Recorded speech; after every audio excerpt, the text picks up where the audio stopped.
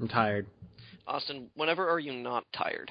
Is there like a split second in the day, like while you're asleep, that your body just like drops into not being tired and then ascends out of it again? That like a brief moment of unconsciousness where you're like, oh, well that's nice, and then it just completely swings in the other direction? I assume there's a couple moments after I wake up from, like I don't sleep for a couple days, and then I fall asleep for a good amount of time, and then I wake up and feel good for a little bit, and then it's just right back into the sleepless. The shitstorm. Yeah. I am so done with being a biological organism. Like, I sympathize with you, Austin. I don't remember the last fucking time I didn't feel tired, or I didn't, like, ache, or I wasn't, like, fucking hungry or thirsty, or, I'm so done with it. I just want to be able to, like, wake up in the morning and be like, fine, I'm okay. Like, no problems. If somebody's like, hey, do you want a sandwich? I'll be like, no thanks, don't need them. We should Austin's defense, he is a single working mom, so you can kind of understand why he's so tired. It's true. I was thinking of the little one, Austin.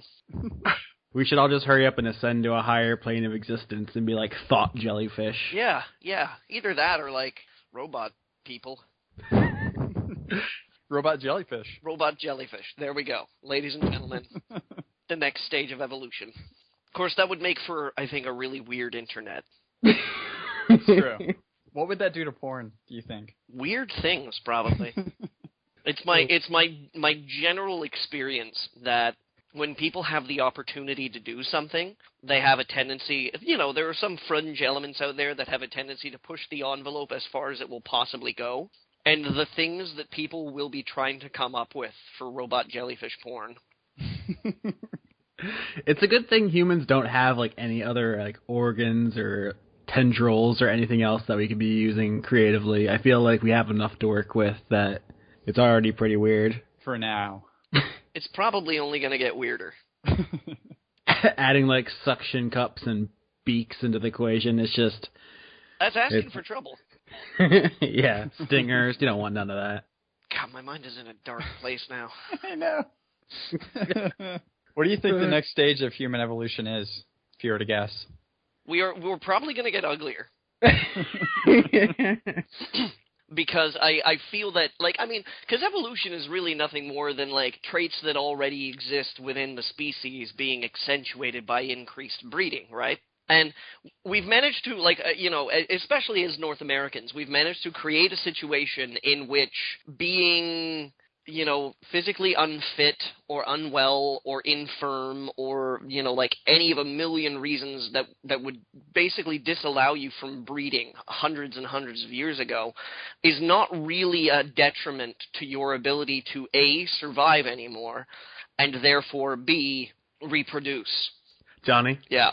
Can I stop you before this becomes eugenics, the podcast? Austin, I am not advocating any kind of behavior. This is, I'm not making policy here. This is not eugenics. I am simply saying that the traits that exist currently in the human race that I think are going to be accentuated by, generations and generations of breeding are probably going to be born out of sedentary, ugly, stupid people. Could be. Well, smart people, and this is something that's happening in the Western world, is that smart, wealthy people are much more choosy about whether or not they want to have kids, because they sit down and they overanalyze and they're like, listen, is it a good idea? Do we have enough money? Do we live in the right place right now? Or, are there good enough schools nearby? Can we afford to move? I don't think it's really necessary for us to have kids. But then there's, dullards everywhere that are like, hey, want to have sex? Okay. I don't have a condom. Whatever. Beautiful. Who's breeding? Where are the children coming from? And people ask why I don't like children. I'm like, because they are the children of stupid people. Yeah, I've had this conversation with girlfriends and whatnot. It's like, ooh, no, it's just in general. That's just a thing that comes up. It's like, do you want kids? And it's like, I don't find myself I don't feel like the world needs more of me. Like I'm not like contributing anything like athletically or intellectually that the gene pool really needs right now. So Yeah. it seems kind of silly for people of averageness like myself to even think about such things. Yeah. I mean, my usual response is that maybe one day down the road, but for now, I still feel like a kid, and I would have nothing to teach a child if I had one. Except the Konami code. That's true. You'd be like, okay, Junior, it goes up, up, down, down. You're doing it. You're doing it. I said down, you little shit. Whack. God damn it, you're just like your mother. Just took a dark turn. I could teach him about, I know a lot about beer. I could show him some good beers. There you go. To my infant. Yeah, that's a particular knowledge section of knowledge right there. Absolutely. All right, Junior. Today we're going to be talking about the Pilsner. But that's the kind of stuff that any person could just pull up on the internet, So it's not like as parents we bring any kind of particular knowledge that we can impart that they couldn't get elsewhere.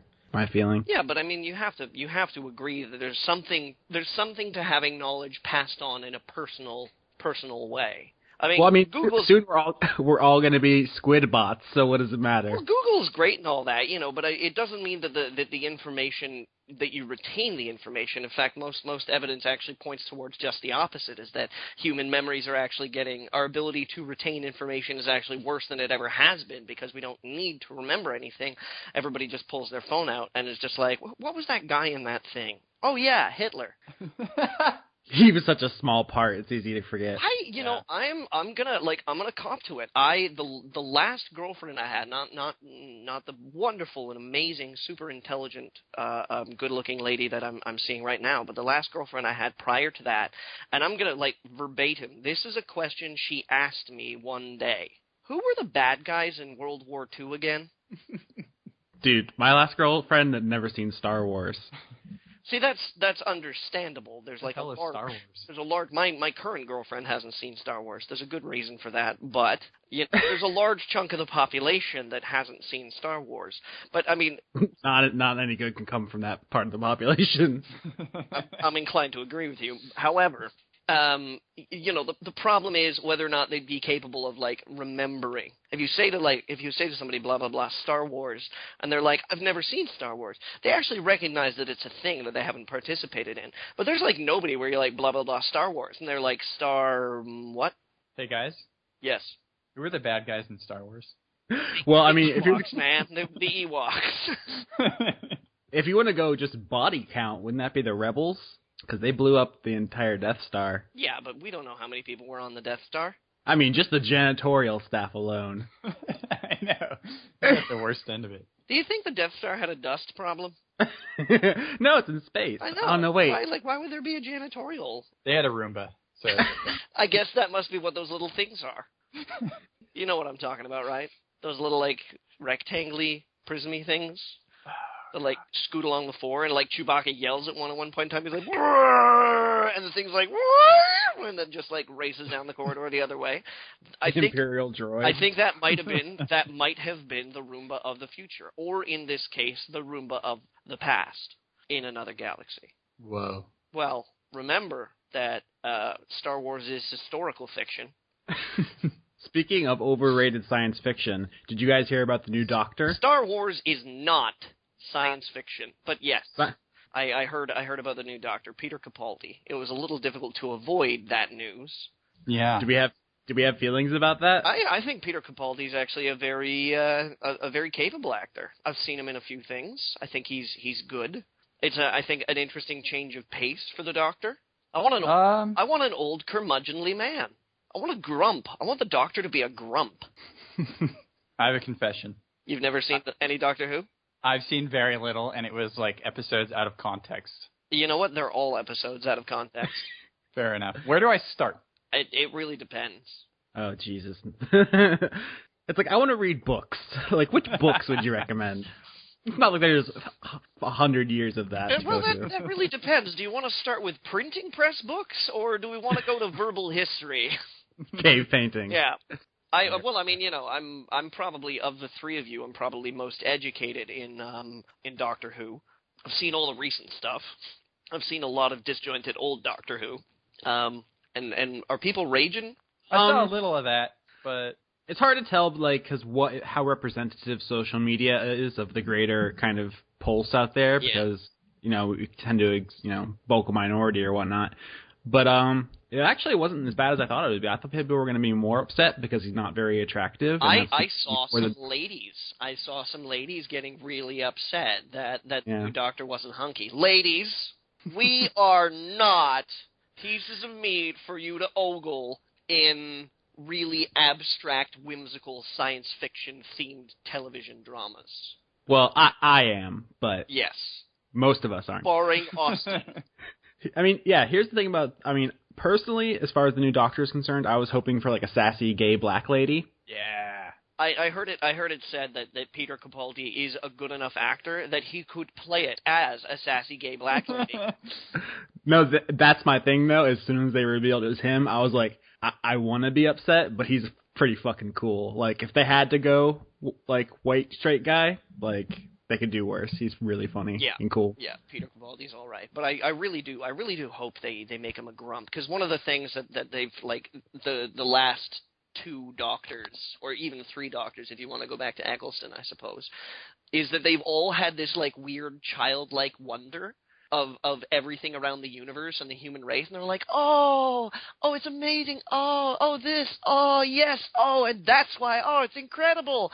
I want a Doctor that's like, seen it.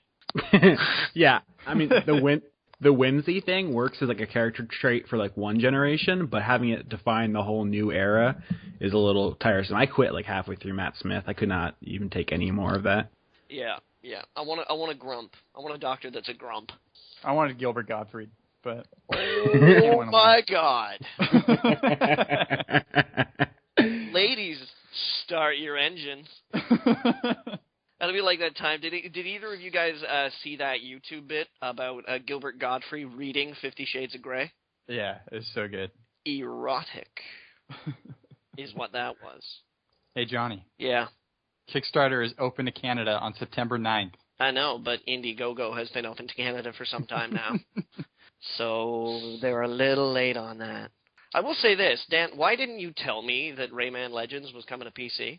I had no idea, honestly. I'm very happy to hear that, though. Yeah, me too, actually. I'm rather happy to hear that. I love Rayman Origins so much. Yeah.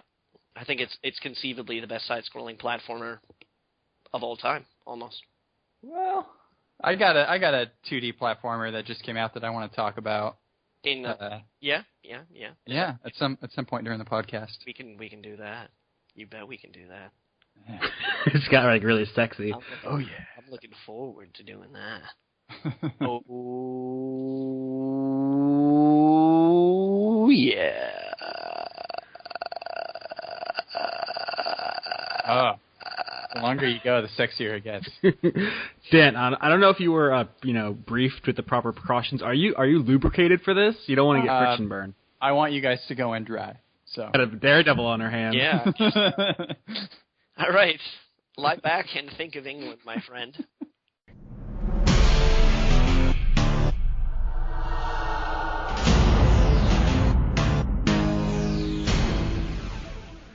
Ladies and gentlemen, boys and girls, welcome to another podcast, Do It Yourself, the podcast where we, podcasters, try to help you develop a podcast that you want to podcast to the internet. So today on Do It Yourself Podcast, the podcast, we're going to be talking about making podcasts. So the first thing that I think you can do when you want to do a podcast is decide what kind of podcast you want to do. And to help me discuss that topic, I, your host, Johnny Maloney, joined with my usual cohort, Mr. Austin Yorsky, we have a special guest this week. I would like to introduce you fellows to Blistered Thumbs alumni, ex-Game Zebo writer, and currently associate producer for Gaijin Games, close friend of mine, Mr. Dant Rambo. Dant, welcome to the podcast. Hello, it's good to be here. So, gentlemen, when picking a subject matter for your podcast, What is it that you first leap to? Gremlins. Gremlins. Okay, yeah, that's certainly an interesting idea. There are many podcasts around the internet that theme themselves around a particular fandom, so maybe you really like the movie Gremlins. Maybe you really like the movie Flight of the Navigator. Wait, the movie Gremlins? I thought we were talking about the car, Maybe. the AMC Gremlins. Okay, all right. Maybe you really like the car, the Gremlin, or several of that car, Gremlins. It's Gremlings, actually. Gremlings. Yeah. Gremlings. Have you guys ever seen an AMC Gremlin? Yes. No. Yes, I have. It's like the ugliest thing ever made.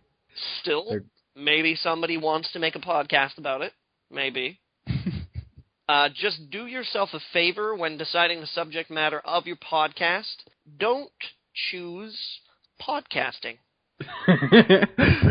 Real talk from someone who does a weekly podcast. If you're thinking about starting one, my best advice to you is fucking don't ever start a podcast.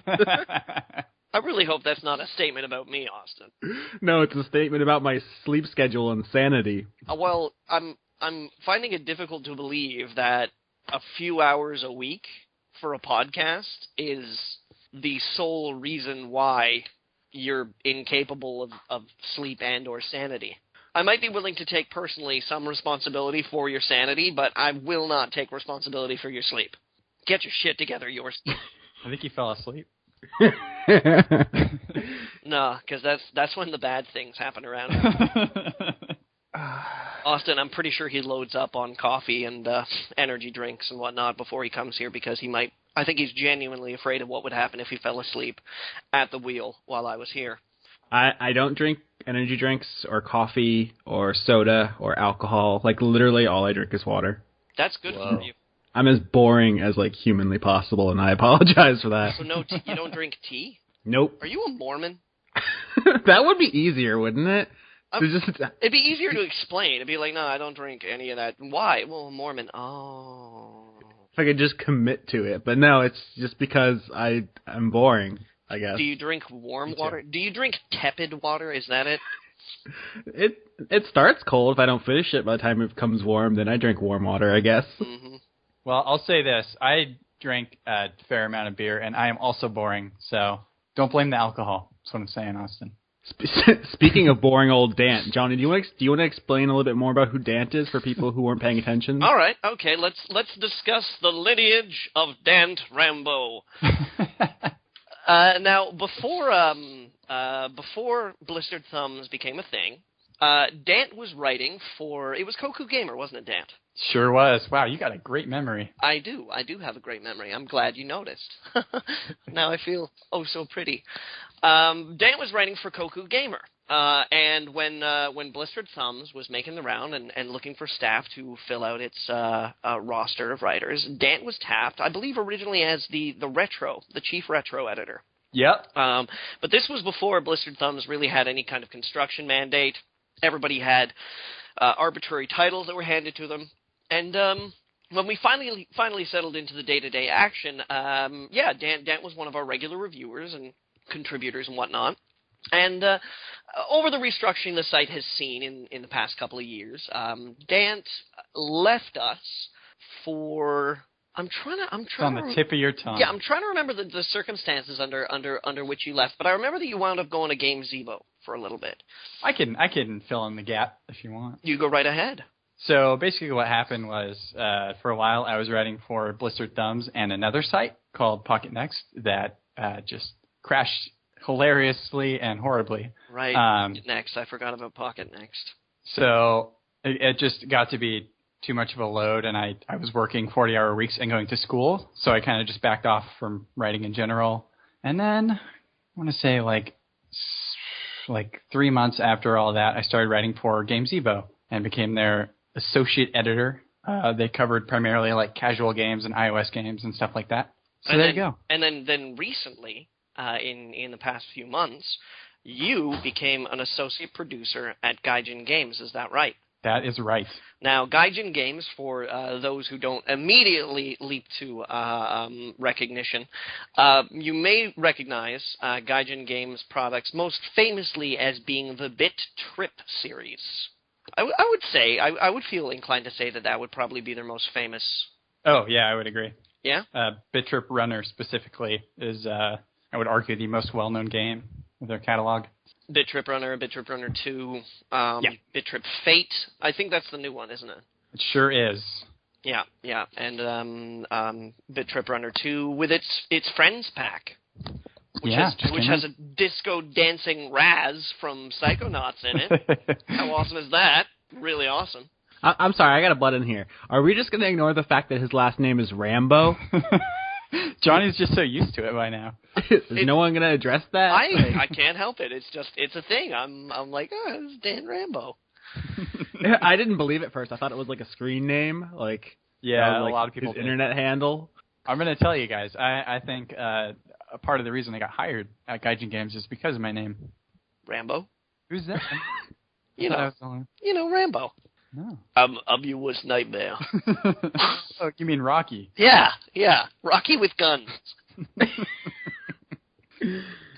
So I think listeners should savor this because this is probably the closest we're ever going to get to getting like a super like important video game person on the podcast. Not that you're not important, Dan. You clearly are. No, I'm not. But you're like the Bobby Kotick of this podcast right now. That's true. Kind of an insult to me. Well, no, by default, you're the highest figure in the industry that we've managed to cajole into actually coming and discussing video games with us. So, you guys haven't gotten Miyamoto on yet? We keep asking. That's weird. Yeah. Taylor works for a video game company, but he's never said which one. I think he's ashamed, either of them or us. I'm not sure which. Isn't he like a community manager or something like that? He is, yeah. That's not really working for a video game company. I believe. Well, I don't even want to say it because I might be wrong, so never mind. I know it's Phoenix. It's either Phoenix Age Studios or just like Phoenix Game Studios. It's one of those. So everyone can find them. It's some indie joint you never heard of. I think Blizzard. I think it is. Something like that. 910 do or I don't even know. 2J Games, was that it? 2J Games. So, in lieu of most of our news story discussions that we normally do on the podcast, we're actually going to take some time to talk to Dan about working at Gaijin Games and what that's like for him. I mean, there's a couple of news stories floating around on the internet, and if, as is occasionally wont to happen on this kind of podcast, if somebody suddenly finds a topic that enrages them and they blurt it out just randomly over top of a discussion that has absolutely nothing to do with it because they've got a bone to pick, then maybe I'll do that. You guys hear about Dragon's Crown? Fucking boobs? Holy shit, guys. Dragon's Crown boobs. Actually, I haven't really heard about Dragon's Crown boobs. Oh, I don't even want to. This is a dangerous topic. It has boobs, guys. Are you fucking pissed about this shit? I can't. Poor Johnny. Well, Johnny, let me fill you in a little bit. There was some dismay on the internet over how females, or maybe one female character in particular, I'm not sure, how they're depicted. The sorceress particularly, but also the Amazon. Yeah, it's they're breasty. Let's go with that. All right. And a lot of people were upset, not the least of which would be the person who reviewed it for Polygon. And as a woman, she got a disproportionate amount of really vile comments. Yeah, and that blew up into a thing. A woman on the internet had an opinion and was harassed by men? What kind of joint is this internet anyway? I think that she made totally fair critiques, honestly. I mean, I'm a little unhappy about the art direction in Dragon's Crown, but I will say the best part of this entire fiasco has been John Harden, PR manager for Atlas, who actually went into the comments thread on Polygon and was like, "This is a great review. You hate our game. Good on you." And it was like super classy. He's like the coolest dude ever. He was like, "I totally respect your opinion, and everyone should stop being such butts." Good. Good stuff. The internet. Don't be a butt on it, kids. It's like a PSA. TheInternet.com. TheInternet.com. Sign up now. Is there an Internet.com? I'm going to Google that. Bet there is. If not, buy it now. So you guys talk about Dan. I'm going to Google internet.com. It's a search engine. Implode. That's terrible. Yeah, they squandered that. Yeah. Internet.com. Find it faster. Oh, I think it looks like it's powered by Google. Wow. It's a Google-powered search engine? So I guess it's just Google, really. Well, I'm going to start using internet.com exclusively then. It's way cooler. Wait. Are you on internet.com? Or are you on theinternet.com? I was just on internet.com. Okay, I'm going to theinternet.com. Okay. I'm reading the About Us on internet.com, and they are owned and operated by Quinn Street Inc. You guys, theinternet.com is for sale! Oh my god. We should buy that and turn it into something really stupid. Just have it redirect to Blister Thumbs. We should just buy like all the domains we can and have them all redirect to us. We're gonna get an influx of really confused comments. Is this where the internet is? All right. You've had your fun, gentlemen. So, Dan. No fun zone. It's the no fun zone. Tell us, tell us about, like, in the first place, how did you come to start working for Gaijin Games? Oh, this actually ties into Blister Thumbs. This is perfect. So around when I started working at Blister Thumbs, I live in Santa Cruz, California, and so do the Gaijin Games. City. Oh yeah, Johnny visited. Maybe we can talk about that later, about the weird things we ate, if you didn't already talk about it on here. I love talking about weird things I eat. Heck yeah. All right, so they live in the same city. So when I started writing for Blister Thumbs, I reached out to them and checked if they were interested in doing an interview, and they were super nice. So we did that. It's up on the site, and since then I just constantly ran into them at like conventions like GDC and E3 and stuff like that. And sometimes I'd run into them in town, and just eventually they got super creeped out and told me to go away because it was obvious that I was following them. Yeah. And then I pulled out my Switchblade and I was like, listen, if you don't give me a job, there's going to be trouble. Yeah. Sometimes you got to cut a bitch. Yeah, exactly. And that's exactly what I said. And they were cool about it. And they're like, well, that's a good point. We'll hire you. No, honestly. Lessons, kids, resumes, job experience, volunteer. No. Switchblades. There you go. Remember that, kids. So yeah, honestly, around when Runner 2 came out, they were looking for some help with promoting it and stuff. So I agreed to help out just temporarily, and then temporary help turned into permanent work. So I do help out still with like some PR-ish things. But then also, I have the title associate producer. So, I wear many hats. I do a lot of things, but I like it that way because every day is exciting and different and weird. Now that really is the job of, and there's no other word in the industry that I find as fascinating as the word producer because of how many different meanings it has each time it's used in a different industry. Absolutely. Like if you're a music producer, that means that you're in the studio, you're doing the recording, you're doing mixing, you're maybe playing backing tracks, you're getting musicians to come in and fill areas out, you're filling in an album out. You play a very active role. If you're a movie producer, it's like you stand around on the set, and when the director takes a step too far, you go, no, don't. Or, if the director's not around and somebody comes and, asks a question, they're like, yeah, I don't know if the costume's supposed to be like this. The producer is like, let's say yes.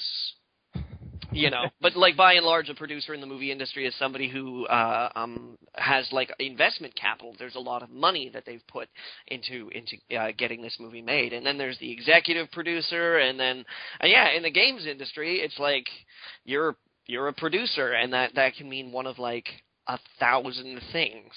Yeah, I should say, the reason I've been helping out so much with PR stuff is just because when I joined them, they were kind of still in the middle of releasing Runner 2 and doing all that stuff, so there wasn't necessarily a lot of room for typical producing work. But as they move on to new projects, I'll sort of be filling a more traditional producer role. Well, that's interesting. You're enjoying working at Gaijin?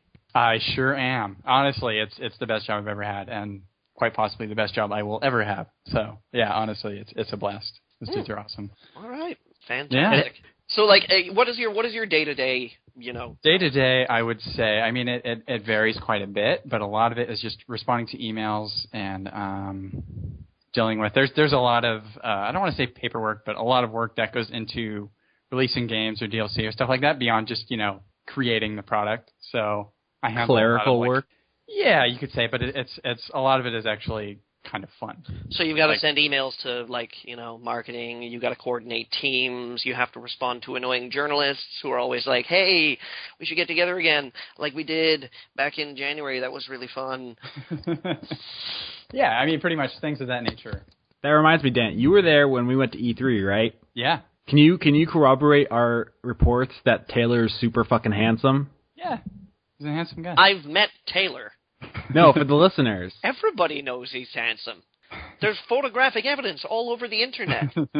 This is an audio show. A lot of people download it and listen to it on their MP3s while they're going about their business. I so recognize that, but if anybody is actually so concerned as to whether or not Taylor is as handsome as we say he is, I'm pretty sure that they'd be like, there's no way. I'm just going to quickly Google Taylor Hoyt dressed as Nathan Drake and oh. Can the picture for this podcast just be Taylor? We've done that before, but I'll do it again. Oh my God, Taylor Hoyt. Anyway, back to your serious business interview. I'll just interrupt when I think of something funny. By all means. That really pretty much covers all of it. So, I mean, a lot of what I do is just back-end work, and then also, I guess one example is, so we released the DLC on PC and PS3. This coming to 360 and Wii U, but, I wrote, the little copy that you see, if you go on the PSN store, the description of the DLC. So just, a lot of stuff like that. Interesting. Fantastic. So why don't you tell us a little bit about, for those who haven't heard, the Bit Trip games?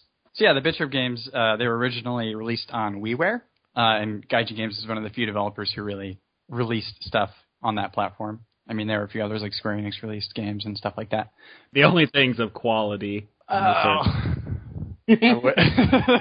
would sure. So the Bit Trip series is basically they're a bunch of retro-inspired games with a very interesting story that I'm not going to tell here. It's best experienced by playing it. But the first game, Bit Trip Beat, is Pong-inspired, and then from there on out, all the games are inspired by games of yore, let's say. And then beyond that, we've been releasing them on Steam, so. There's 6 Bit Trip games. We've released 5 of them. And then Flux is the last one. We're working on releasing that right now on Steam. Mm-hmm. And then we released Render 2, of course, and that was a huge change for the company. It didn't have retro-inspired pixelated graphics. It was a very different art style, but people seem to be super receptive to it. Runner 2 is fucking awesome. Well, thanks. It's so good. You should read my review, everyone. No. Well, you know it's awesome. You don't... You're going to read the review and be like, I disagree with this wholeheartedly. I'll read it. No, I've read it, but I'll read it again and just pat my back the whole time, even though I had nothing to do with the creation. Yeah, job well done, me. I unfortunately I haven't played any of the Bit Trip games, sadly. Well, F you. I bought Bit Trip Runner and Bit Trip Runner 2. Well, that's even better. Yeah. You got my money, bitch. Actually, that might be the ideal arrangement if you just buy everything and then just don't critique them at all ever. Yeah. And I never tell people you should look at this game.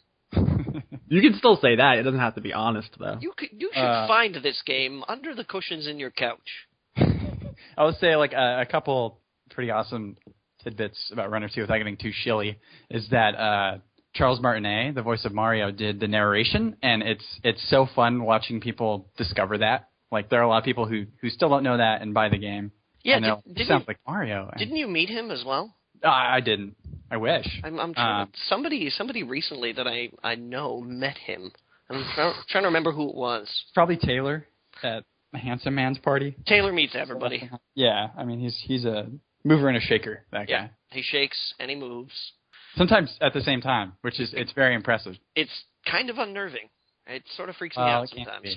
Once you get used to it, it's oddly arousing, I would say. What are we talking about? You guys, this is really weird. No, I mean, Sorry, Taylor. I plugged in Taylor Hoyt dressed as Nathan Drake into Google, and then like about 1 or 2 pages down, there's the movie poster for Gremlins.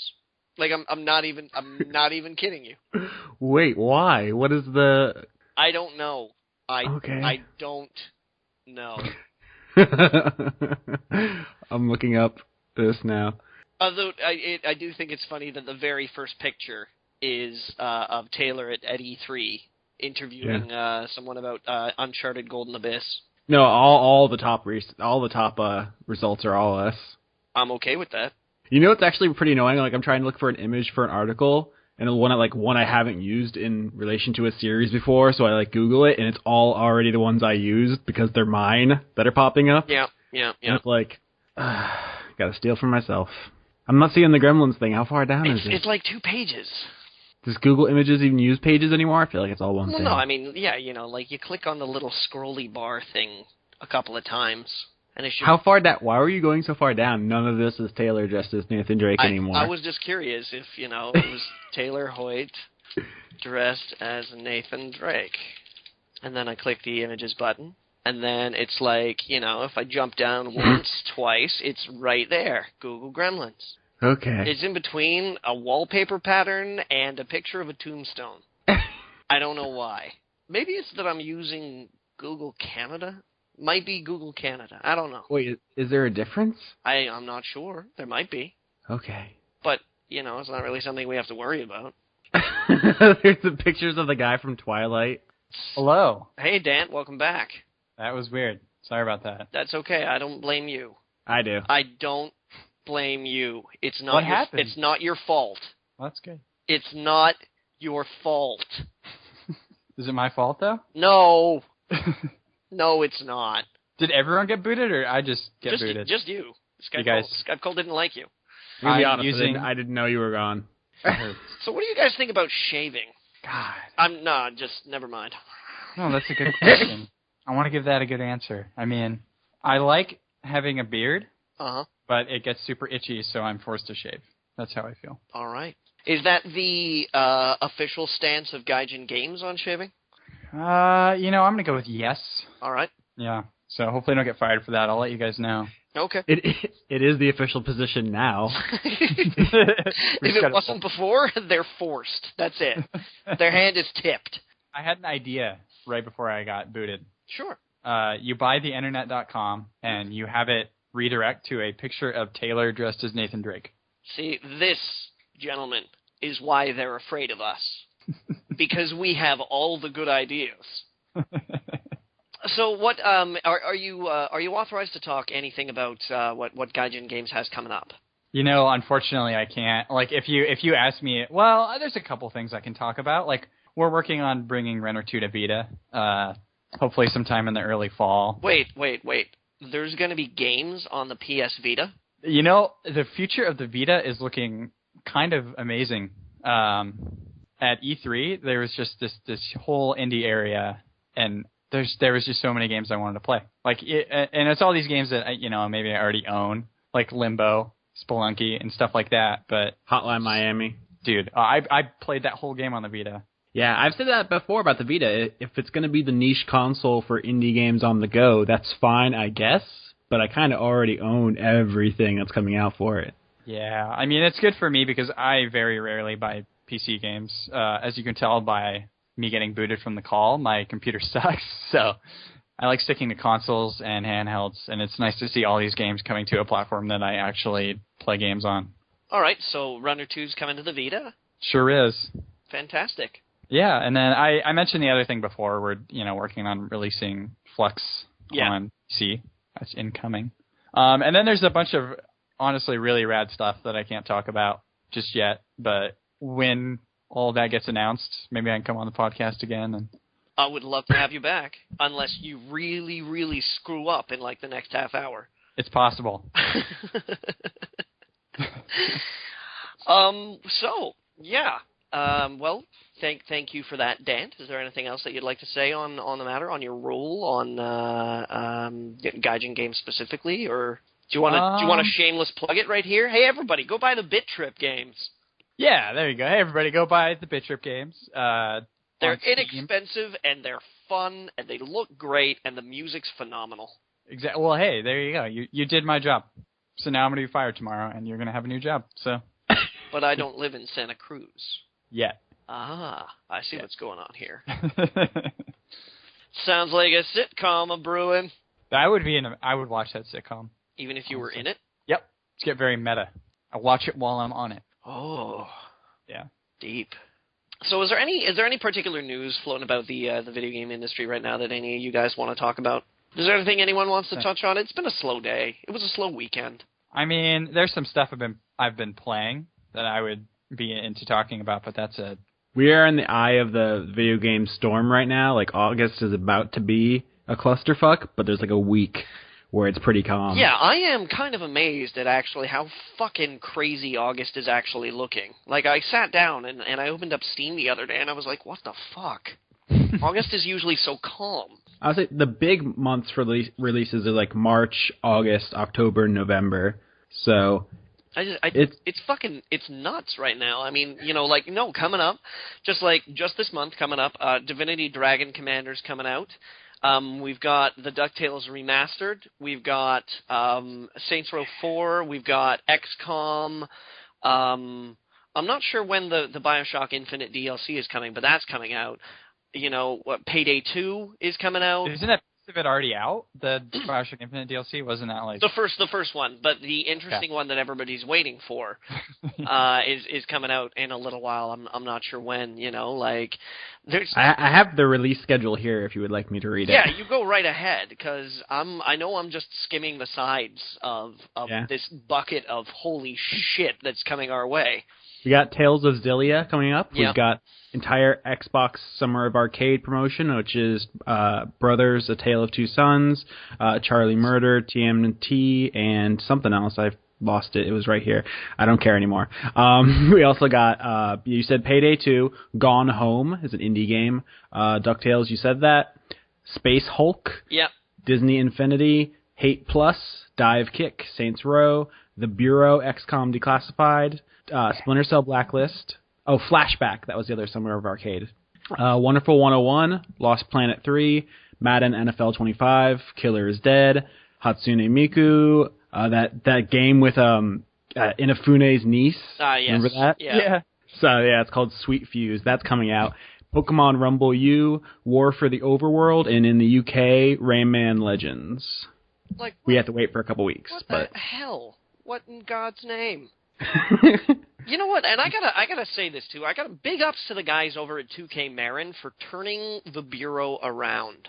Yeah, that actually looks like a game now. I pre-ordered it. I'm very pumped. I have as well. I put money down just last week. Actually, I was like, okay, you know what? You've managed to convince me. But I've never seen such an unmitigated clusterfuck of a lead-up time, and I'm talking all the years that they've led up to releasing this game, to suddenly have it turn around so sharply and look really fucking interesting.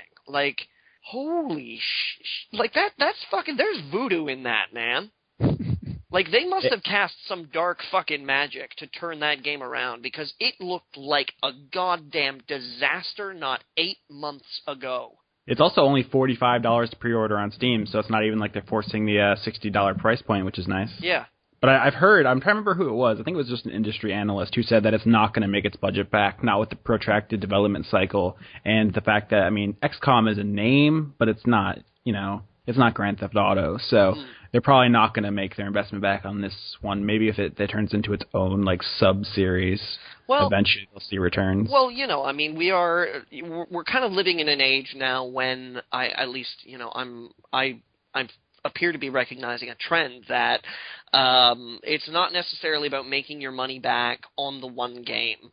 But if you can hold on to the engine and tweak it a little bit, and then add 1 or 2 new features, and then for a drastic smaller amount of money, release a second game that sells just as well, if not better, well, you've recouped your expenses. Because making that second game is a much, much cheaper experience than making the first one, because you either have to make your own engine or adapt the engine to do what you want to do. You know, you've got to like come up with the concept and design this, and then when you sit down and make a second one, it's all like, okay, well, naturally the next progression we have is this. You're just going to call that the Ubisoft method from now on? I don't even know if it's necessarily the Ubisoft method, because it's not that they invented it, but they're the ones who outright stated it. They codified it. They're like, this is the thing we are doing. Yeah, more or less. You know, that seems to be the case. Makes sense. So, I mean, yeah, maybe the Bureau is not going to make its budget back, because the game was, like, redesigned 2 or 3 times by the looks of it, you know? And, well, yeah, you're going to pay the price for that, of course, but what are you going to do? You know, are you going to just chuck all the good work and just say that we're not going to make any money back? No, you have to sell it. Yeah. It's got to go. It's got to go to market. And maybe it's not going to be like, you know, $1 million hit, but if you can take those assets and do something else with them. If you've delivered a good product, you know, I'm operating under the assumption here that the Bureau is actually going to be a good game. Yeah. It looks like Mass Effect meets Enemy Unknown. Yeah, I think that's probably a pretty apt way of saying it. But then, who knows? You know, like maybe they've got some money coming down the pipeline with it. Of course, it's difficult to say it at this particular time in the console revolution, because, you know, like it's not as though they're just going to be able to release a game that looks exactly like it for next gen systems. So if the XCOM The Bureau 2 comes out, you know, a couple of years from now, there's going to be a little bit of money to have to pour into at least amping up the visuals a little bit. But yeah. But speaking of Ubisoft, I know you weren't, I did. If there's one news story that we could perhaps touch on, did you want to say something on the revelation that Assassin's Creed has a definitive ending planned? I don't believe it. I don't fucking believe it. Like, I've never seen a series of games not know what it wanted to do any more or any less either or than the Assassin's Creed games. You know, like the first one came out and it was a very, very directed affair. It was sort of like, yeah, you go in and you murder dudes. It's an assassin game. And it was like, yeah, okay, sure. I can buy that. And then I don't know if it's a product of them trying to evolve the gameplay, or when they realized they had a cash cow with Assassin's Creed 2 and they wanted to protract. Because originally, I remember very specifically when the first Assassin's Creed came out, they're like, yeah, this is going to be a trilogy. There's going to be 3 games. And it was like Assassin's Creed 2, Assassin's Creed 2 Revelations, Assassin's Creed 2 Brotherhood, Assassin's Creed 2 Cheese Platter. There was a couple of portable games as well. Yeah, there were a couple of portable games. And then, you know, we finally saw Assassin's Creed 3, which was something like the 7th one. You know, and then they... Beep. Have to put in a beep there. No. I mean, like, you know, it's not even like it's no secret that Assassin's Creed 4 has done away with Desmond. He's not in it. They have openly admitted that Assassin's Creed 4, it's like you, the player, are the person that's stuck in the Animus. Yeah. I mean, they say that Desmond still has, like, something to do with the universe. They're like, oh, yeah, Desmond is still going to have, like, he's going to be important. There's going to be an effect that he has, and blah, blah, blah. But it was like, it's so very obvious that by making these games centered around Desmond, they had no bloody idea what they wanted to do with it. Zero. None. For them to be like, oh, yeah, we got it locked up in the bag. I'm like, no, you don't. Don't lie to me. You don't know what you're doing. Could it be possible that, you know, they do know the ending, but they still just release a ton of games and do side stories and just milk it as much as they can? The problem with getting to that ending. Go ahead. I think that's what we call the Kingdom Hearts technique. Oh, God. Where you have the one pretty clear, straightforward story arc, but you somehow manage to draw it out for 20 years. Dude. The problem that I have with that is that, like, I mean, you can write an ending at the beginning of a book. You know, you can be like, and this is how it's going to end. But the more you write in between, you know, the beginning and that ending, the more you're introducing questions that go unanswered and threads that go untied. And if indeed they are just planning on cranking out Assassin's Creed games for, like, as many years as it's profitable, we are just going to wind up with more goddamn questions, more untied plot threads. And when they plug this ending that they've already got into the fucking, like, 4 games they've yet to make, it's not going to do shit. It's going to come out as undercooked, underthought. It's downright stupid to say that you can end a series. Like, right now, you can end a series when you don't even know how much more content you're going to be putting into it. Yeah, I would agree with that. Then the only thing that you're doing, basically, is spinning your wheels. Like, if you want your ending to stay... if you want your ending to stay important, if you want your ending to stay to have weight, then you can't add anything. You can't change the game. You can't change the setup.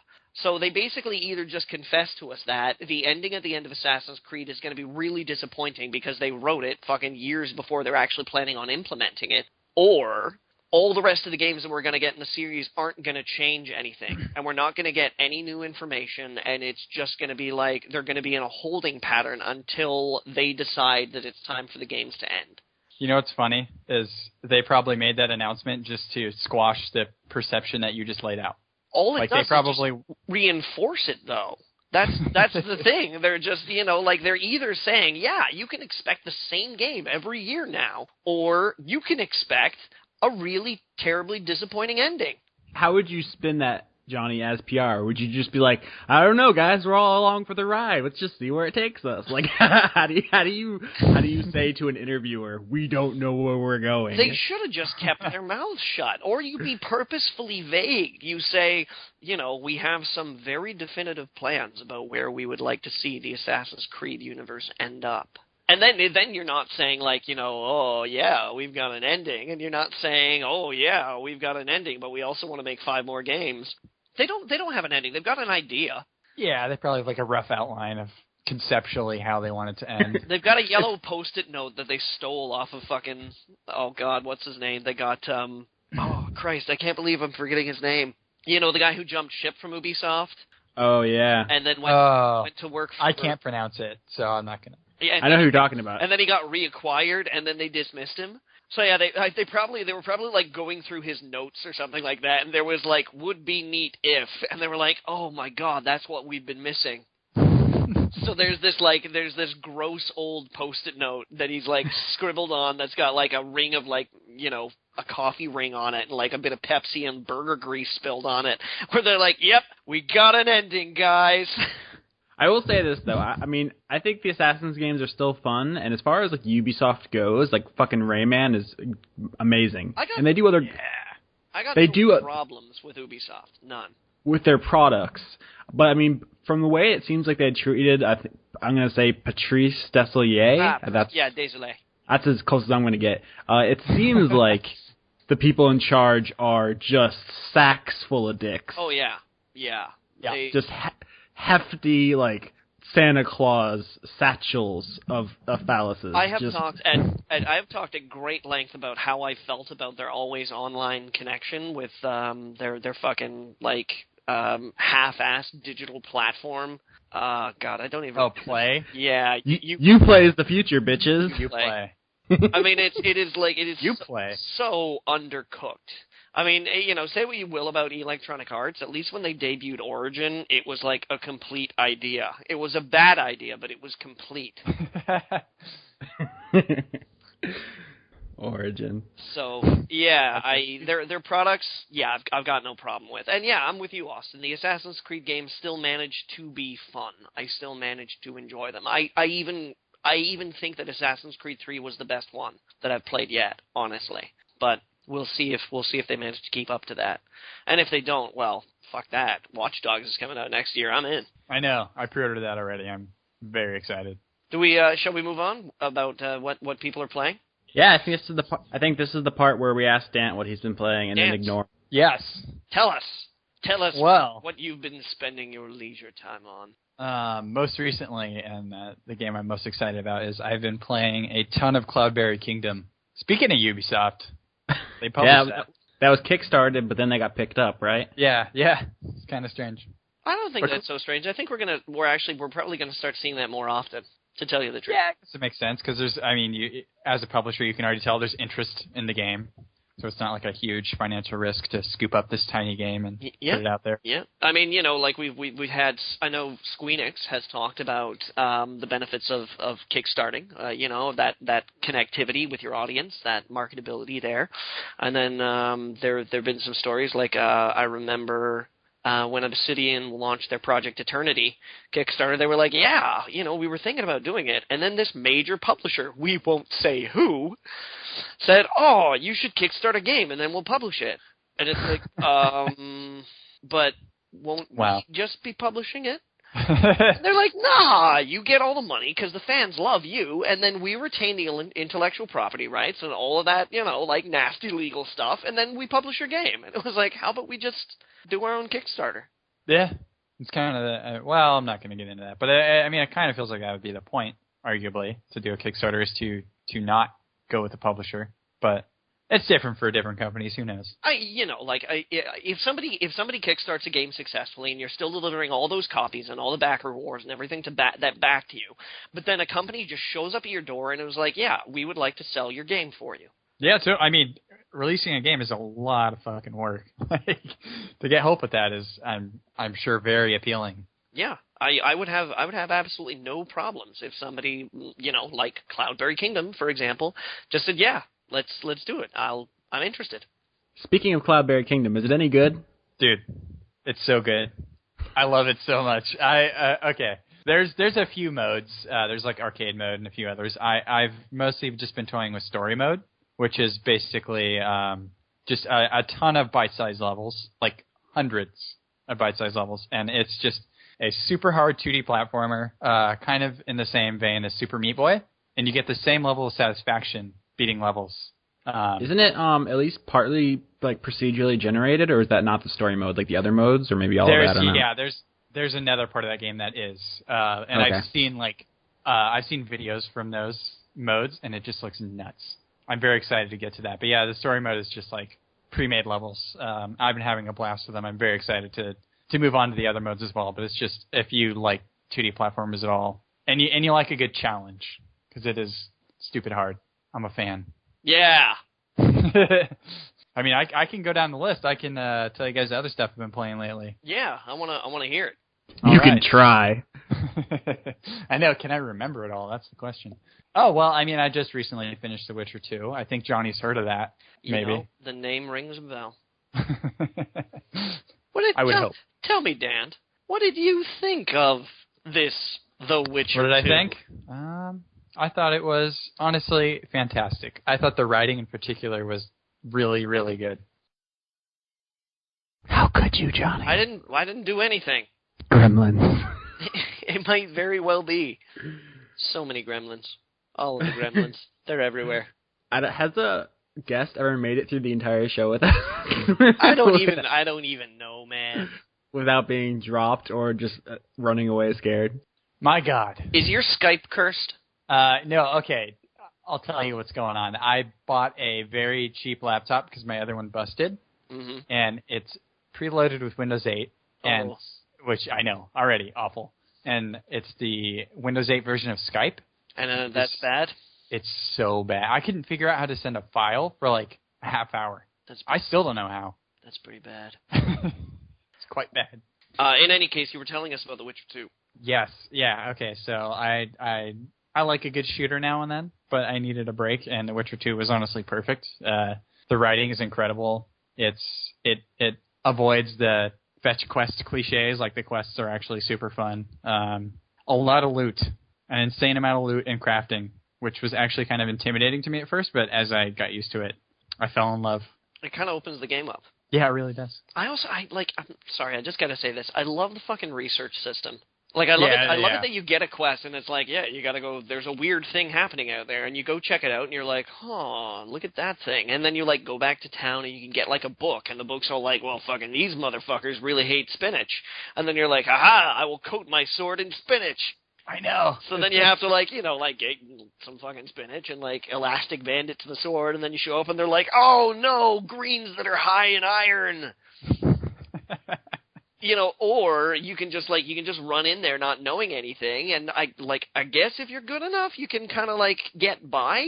Yeah, like you can spam with magic if you really have to, but I mean, especially with all the boss fights, like there's usually an easy way. Yeah. You just have to figure it out. Yeah. Yeah. Like use a silver sword or things of that nature. Well, I mean, that goes without saying. If they're not human, you use the silver sword. Well, it took me a little bit to figure that out. What kind of witcher are you? Not a great one. Get your shit together, dude. I'm sorry. I'm really looking forward to the third one. The third one is my biggest upcoming title. I'm just like, I'm really excited for Payday 2, but The Witcher 3, I'm just like, oh, God. Should I be excited about Payday 2? I know honestly nothing about it other than clown masks. I was a big fan of the first one.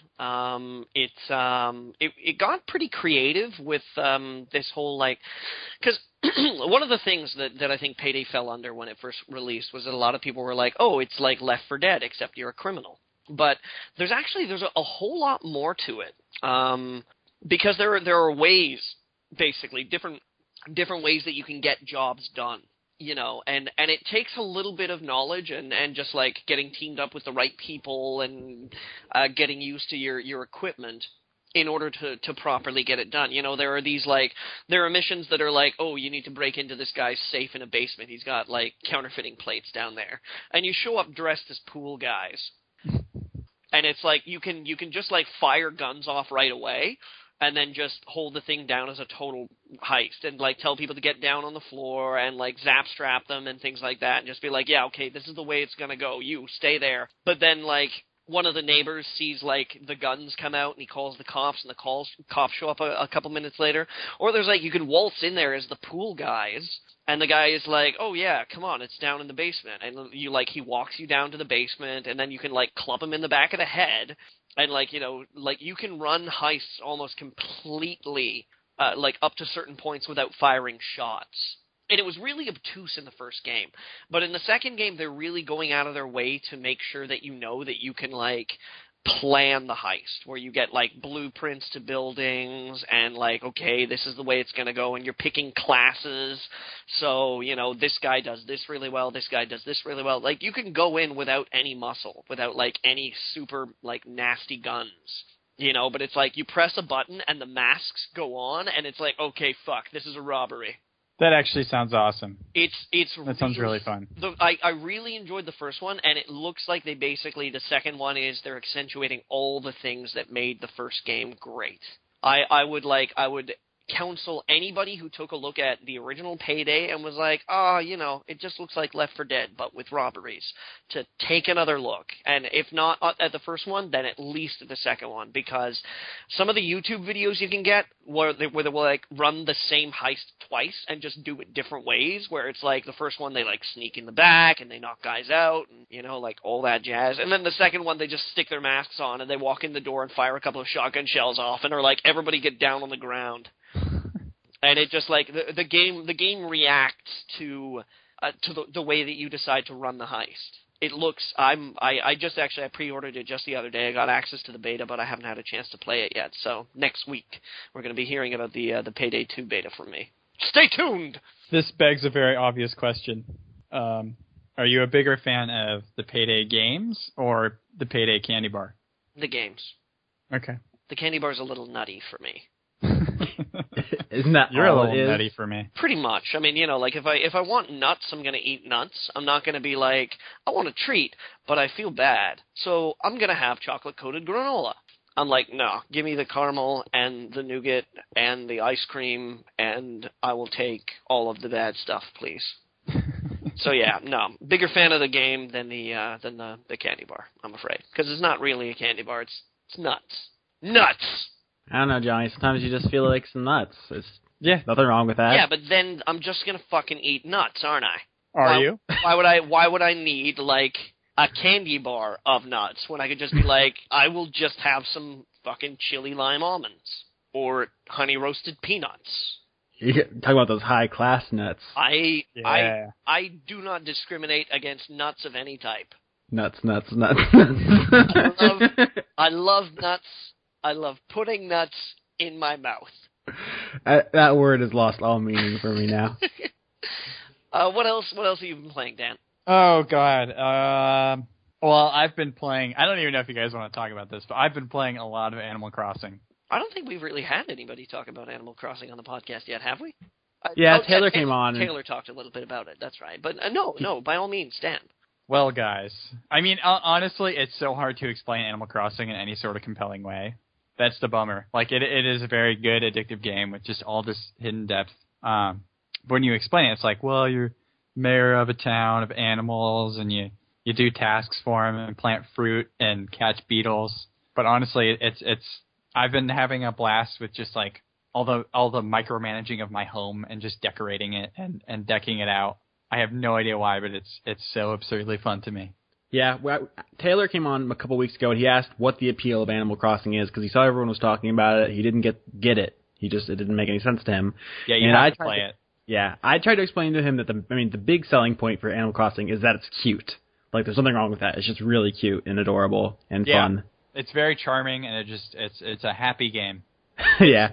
And now and then, like, the boss fights are very bloody and almost kind of tasteless, especially for Nintendo. Yeah, the one where you have to dismember the guy and then beat him to death with his own leg. It's awful. I found that a little out of place. Yeah, it did feel kind of weird. You guys are dicks. Other than that, I felt a little bit weird about them adding jiggle physics to Animal Crossing. Yeah. I thought that was one step over the line. It seemed a little mature for the audience. I think it was aimed at. Yeah, I wasn't a fan of or immature, as the case may be. I think I mean, honestly, when a busty dog moved into my town. Oh my god. I was not happy. Oh no, dog tits. all 6 of them. You just got the name of this episode, Johnny. I don't know if we can call the episode All 6 Dog Tits.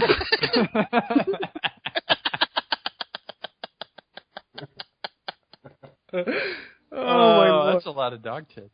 That's a lot. That is. It is just a generous portion of dog tits. They are multi-nippled creatures, gentlemen. We shouldn't disavow that knowledge. Actually, I said on Twitter a while ago that we should really take some time to appreciate the fact that Nintendo hasn't monetized the living shit out of Animal Crossing. Like, it's not in their nature to do so, but just looking around the industry, like, every other publisher would have turned... I know. Well, the closest corollary I can think of is what Electronic Arts is doing to The Sims. Yeah. Did you hear about the SimCity, the balloon DLC? Yeah. What? They added balloons to SimCity for Great. like $7. Oh, jeez. Great value. I mean, I bet you honestly a lot of work went into making those fucking balloons. I'm not saying that someone didn't slave over a hot keyboard to make it, but I'm saying that that's what makes Animal Crossing so special, is that it has none of that. They just put a lot of heart into it all at once. And I know people put like 120 hours into that shit, and all they've done is like spruce up their house and fish and yell at their neighbors. And yeah, I mean, I've played it every day since it came out. I mean, you have to, or they abandon your town and burn it down behind them. Well, the bummer is that I have to actually send off my 3DS to Nintendo because there's like this dust under the screen. Oh, sorry, quick sidebar, Austin. Yeah. My friend Rory asked me to tell you the DS sucks. The DS or the 3DS? He just said the DS. I was like, okay, I don't know why that... I don't know what about the DS sucks. I mean, the games are awesome for it. The system itself's whatever. I'm just relaying a message. I don't feel one way or another about it. I think the 3DS is the best platform out right now, honestly. That's what Austin says, and I trust his judgment. You should. I do. It's good stuff, guys. That's you were saying right. you had dust under your screen, you had to send it to Nintendo, and all your people starved to death? Yeah, it was a bloodbath when I fired it up again. No, I have to send it off. I've been putting it off because I'm actually really sad because it's going to be gone for like 5 days to a week, and I know when I get it, they're just all going to be kind of not happy with me. You got to send it off on like Monday because apparently there's fireworks every Sunday this month. Yeah, I saw those last night. That was awesome. You don't want to miss that, so you got to make sure you get it back by Sunday. Hey, they go bang, and they're shiny. It's just tons of little charming things like that. It's kind of amazing. There's so much hidden depth, like things that people probably haven't even figured out yet about that game. Yep. Yeah, I mean, unless you've moved your calendar around, you haven't seen any of like the holiday events or anything yet. No, I never move my calendar around. So, yeah, Animal Crossing. It's really almost insidious in the way it gets into your psyche, but it's a value, guys. A lot of time. It sure is. God, what? I mean, a lot of the stuff I've been playing is a little bit older, like Borderlands 2. Oh, dude, I know. Honestly, I have a list on my whiteboard of games I Drop need to beat, dead, Dant. and it's on there now. Well, you should, because very recently Star Control was bought up by Stardock Entertainment. Really? There's going to be more Star Control. Oh, I got to get primed before. I don't want a Witcher 2 situation. I didn't play Witcher 1. I just kind of hopped into it. Witcher 1 kind of works against itself. Witcher. I barely know her. There you go. Well, somebody had to say it. I just killed the podcast. All right. But yeah, Borderlands 2. Yep, Borderlands 2. It's a fun game. Pretty quality. Yeah. Did you give all your Steam trading cards away yet? Because we know a person. Do you know someone looking for Steam trading cards? Apparently, it's a pretty big deal to last week's guest, Chris Rolati Larios. I think you should just give them to me to spite him. All right. He came on here on the show last week and flipped out. Just flipped his fucking lid. And he threatened to stab me. It was a whole thing. You remember when I said that I sold one? he was not happy about that. No, he lost his shit. I have trading cards, but they're for our games, so. That's okay. I own your games. Well, there you go. Yeah. I can get you. I don't know. Maybe I can get you a complete set. I can't remember which ones I have. That's madness. It sure is. What else was on the docket this week, Dan? It's like I get to talk to people who play video games. It's almost like being there. Honestly, that covers what I've played recently. But I will say, DuckTales coming out like the 13th or something of this month. Yep. I'm very excited for that. I played a little bit of it at E3 and fell in love. Can you guys answer me this question? Is the Moon music intact? Gosh, I didn't play the Moon, but I have heard people talking about it recently. I heard that it's going to be there in some form. I hope so. It better be. Because, like, many years ago it was decided that if ever my brother and I were to become figure skaters, he was going to figure skate to the Moon music from DuckTales, and I was probably going to do it to the theme from Terminator 2. From the beginning? The dun-dun-dun-dun-dun. Oh, yeah, the whole thing. Yeah, that's... good luck with that. You betcha. I might actually watch figure skating if it was, like, super metal. I don't see why not. All right, so who's next? Now that Dance got kicked from the call again. I'll rock, paper, scissors you for it. All right. Okay. One, two, three. Do we call it out at the same time here now? You know what? This is pretty silly. We should just flip a coin. All right. Call it in the air. Do we want to get Dant back before we continue? I think we should. All right, let's wait for Dant to Windows 8 his way back to us. Windows 8, what a miserable piece of shit. Although I guess the good news is that whoever designs the next Windows pretty much has it like lined up what not to do. I have the advertising campaign already figured out. Windows 9. It's not Windows 8. It's not Windows 8. But I mean, there's always the Windows rule where it's like you skip a generation. So they don't even need to fucking design anything. They just need to show up, and everybody will be like, it's better than the last one. Oh, hey. Welcome back. Hey, I think next time I'm on, I'm gonna stay at work and just use the internet connection there, because maybe that's the problem. I don't know. Yeah. We're not getting any of the normal signs of weird internet connection problems that we have. This whole tin cup string thing isn't working out very well. I guess not. So who should go next, Dan? About what they've been playing? Yeah, Austin and I can't decide. Let's go with Austin, alphabetical. All right, Austin. Oh man, it's a lot of pressure. So I've been playing Saints Row 4. I can't talk about it. It is embargoed. Let's talk about it. But can I read you some excerpts from the review guide? Yeah, please. Because I don't know if the listeners don't know. Sometimes publishers send review guides along with review copies, which is just like background information, some rules and whatever. But Deep Silver, as you may know, we've talked about Deep Silver before. Do you guys remember the severed torso incident? Yeah. Sexy torso. How could I forget? Their PR is they're a special bunch. Yeah. Let me read from here. Read some stuff here.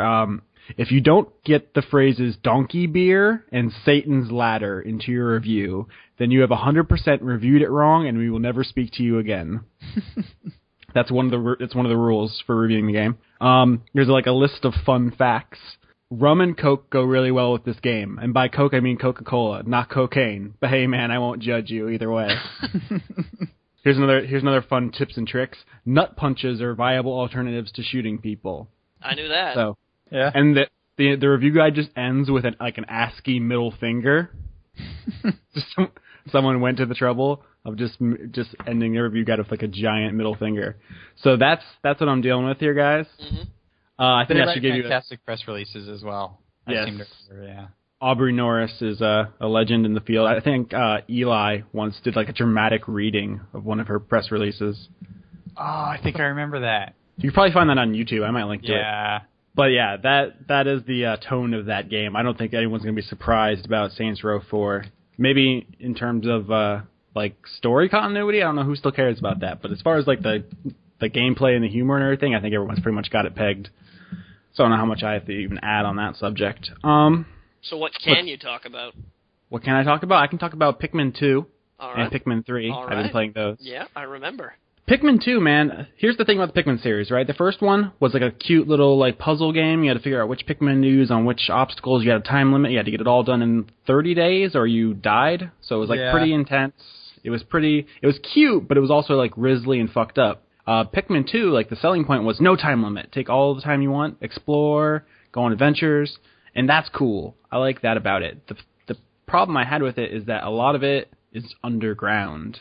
Like the first game was mostly above ground, if I remember correctly. It's been a while since I played it, but it was about exploring all these environments, and you're like little ant-sized people, and like there's all these things that are huge to you.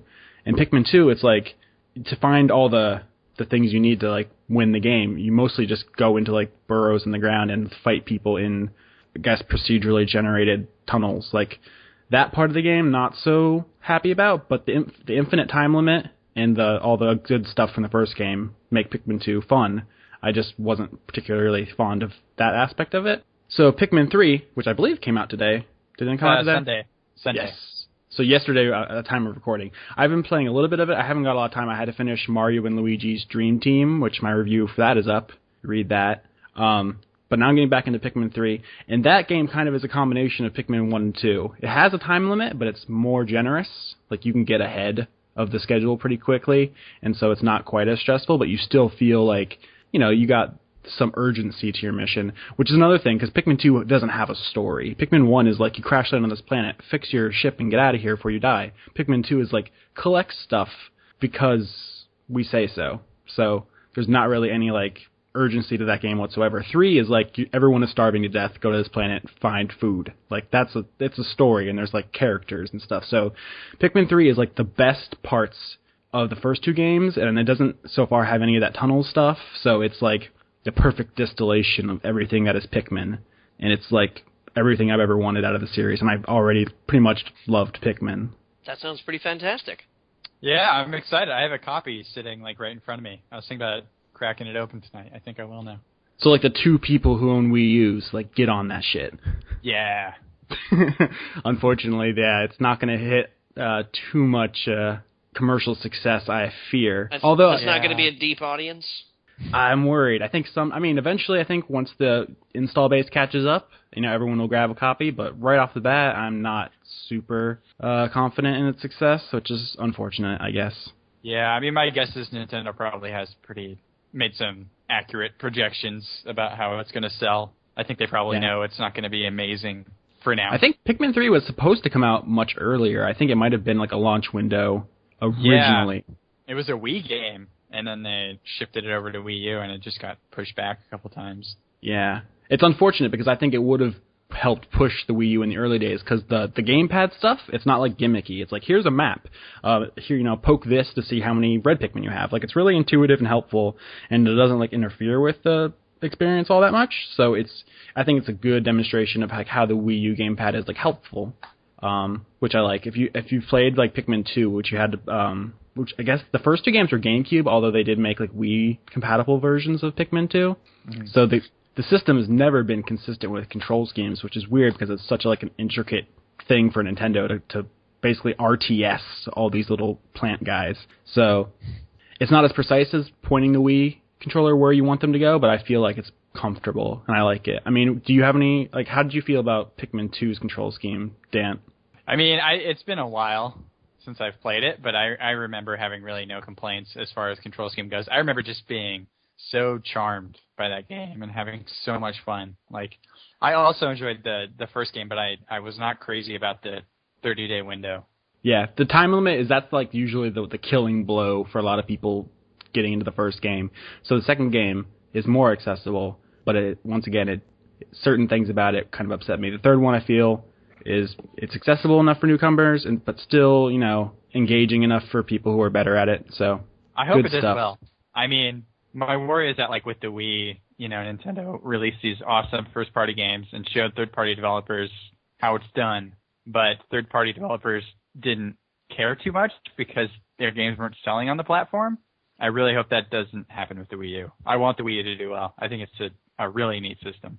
I love the system. I'm not sure. Everyone keeps talking about third-party support, and I think, ideally that we would have parity between the Wii U, Xbox One, and PS4. But I'm not sure that's going to happen. Like you've seen, the Batman Arkham Origins isn't going to have multiplayer on Wii U. Splinter Cell Blacklist isn't going to have local co-op. I mean, they're cutting features for it already, and I guess they could turn it around. But I think we might have to just come to terms with the Wii U as yet another exclusives and first-party machine. Not that that's a huge leap away from Nintendo's MO in the past. I mean, No, the Wii was plenty successful. I mean, we had a hard time cutting it, the 25 and 25 feature down to that for the Wii, and we're having trouble filling up the Xbox 360 list. So the Wii was not hurting for variety or value, but there's a certain, like, stigma that a Nintendo system will attract once it starts losing third-party support. I don't know how much that actually matters to the bottom line, but I mean, I still see people worrying about it. I'm not sure how much it matters in the end. I was going to say one great thing that Nintendo's been doing, at least here in the U.S., is you can self-publish, and you pretty much receive all of your profits. It's honestly like a really good move for smaller developers to release their games on the Wii U. Nintendo's indie stance is getting better, but they still have some work. I know in Japan, they more or less told indie developers to go fuck themselves, which isn't good. But we'll see. If the Wii U is all Nintendo stuff and Platinum stuff, it will have paid for itself in my mind. But if I could also get, Grand Theft Auto on it, that'd be cool as well. So, yeah, whatever.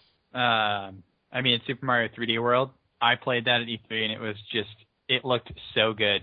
A 3D Mario game in HD, as you can probably imagine, is a nice thing to look at. Yeah, I mean, the HD makes all the difference. Like, Pikmin 3 looks sexy as fuck. Really? Like, yeah, you don't think of Pikmin as, like, a graphical powerhouse, but no, just turn it on. Just, like, walk around, like, just everything, the leaves and the creatures, and it's all, like, super good looking. That's one of the things, like, for example, 3DS looks terrible in screenshots. It just always looks ugly. But in motion, like, I've just played through Mario and Luigi Dream Team, it looks good. So good, guys. I'm excited for that, too. I wish I could look at the back of the Pikmin 3 box and see Pikmin 3 looks sexy as fuck, Austin Yoski. I don't feel like they're going to use my quotes. I'm trying to think who's actually used BT quotes in promotional materials. I know Disney has, and Way Forward. Sega, I'm not sure if they wound up using it, but Sega approached me about getting my consent to use a quote for Total War 2 or Total War Shogun 2. Mm-hmm. They asked me if I was willing to allow them to use their quote, and I was like, yeah, sure. So I don't know if they wound up using it, but... That's cool. That reminds me, did you guys ever see the, I think it was the Arkham City Game of the Year edition, where the cover was just journalist quotes? Yeah. That's a world I want to live in, where the box art is just Blister Thumbs quotes. They'd have to put it in the back of the store, in the special section where the children aren't allowed. Yeah. Oh, yeah, of course. In the dirty section. It's behind a curtain. Next to the Soldier of Fortune games. And Bone Town. That would be it. It would be Bone Town. If they ever did a physical release from that, it would just be all Mind Taylor's, like, shocked, disgusted reactions. Did you play anything else this week, Austin? No, man. Mario and Luigi was a terribly long game. 35 or 40 hours. Oh, Jesus. Wow, really? Yeah, a lot of content. Nice. So that was most of my week, getting started on Saints Row and getting into Pikmin. We'll see how much. Hopefully I finish both of those by next week and have something else to talk about. Maybe I'll just have to do that again. So, yep, that was me. Johnny? I actually got quite a few games in this week, believe it or not. I know you don't believe it, but I never believe you. You're a notorious liar. It's true. First of all, I finally got around to playing Monaco. Do you guys know Monaco? What's yours is mine? Yeah. I do. I've been wondering about that. It is spectacular. Like, it's so good. For people who don't know, it is a, to say that it's a heist game is to be simplistic, but it really is a heist game. There are missions in it that are like, oh, you need to make contact with this person, you need to break this person out of, like this mental asylum, or you need to get to this person who's under house arrest, or you need to find this thing, So it's sort of like, it's an infiltration game that kind of bases itself around sort of the heist theme. And first and foremost, I have to say, the music is phenomenal. Austin Wintory, the guy who did the soundtrack, I believe, for Journey. What a shitty name. He wrote the soundtrack for Monaco, and it's like, because the graphics are like this, like old school kind of 8-bit pixely and whatnot. I think he kind of took that as an inspiration to go kind of old school with the music. So the soundtrack is like this tinny Keystone Cops piano style. And it just reeks of like silent 1920s movies with criminals in like striped suits and wearing like old school bandit masks and stuff like that. Like, the soundtrack is amazing. It is so good. And that having been said, I feel like, like when you lead with a soundtrack, people are like, oh, well, I guess the game must not be very good. But no, I mean, the soundtrack is that good to lead with it. The game is awesome. So it's this top-down, pixely, kind of like almost kind of like somewhere in a cross between Atari and 8-bit styled graphics. It sort of straddles a line there where you get like this black and white blueprint of this area that you're trying to infiltrate. And as your characters move around this map, their field of view becomes illustrated by things going higher definition and turning to color. So you'll turn a corner, and then, what was previously this sort of like slate gray and black corridor that looked like you were looking at a blueprint suddenly becomes like this, brown hardwood floor with these like plants on the side, and it's like bright and colorful, but only where you can see things.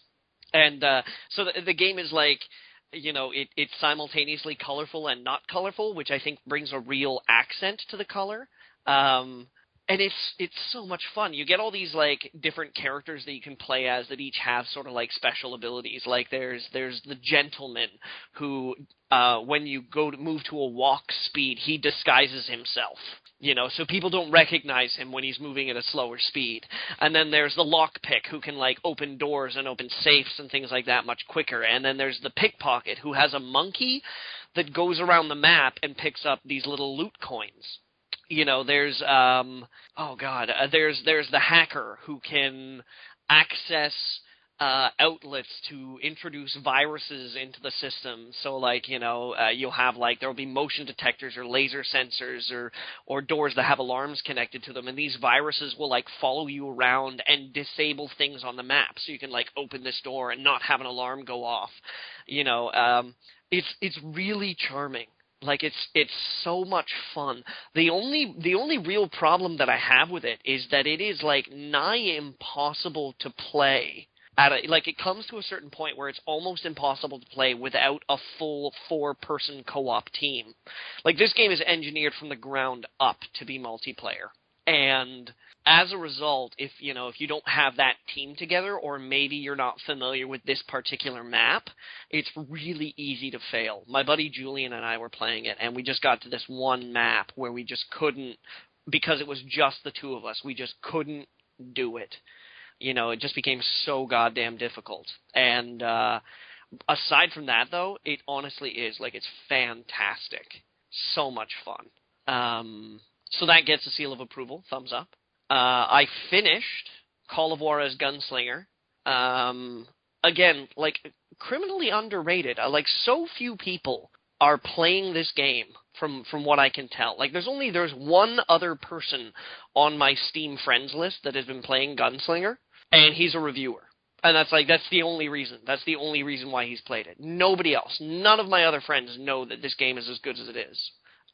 Which is a shame. I talked about it last week as well, so I'm just going to leave it at that. Finished it. Really liked the ending. It was a little predictable, but fun from bottom to top. I also finished Ron Gilbert's The Cave. I've been playing that.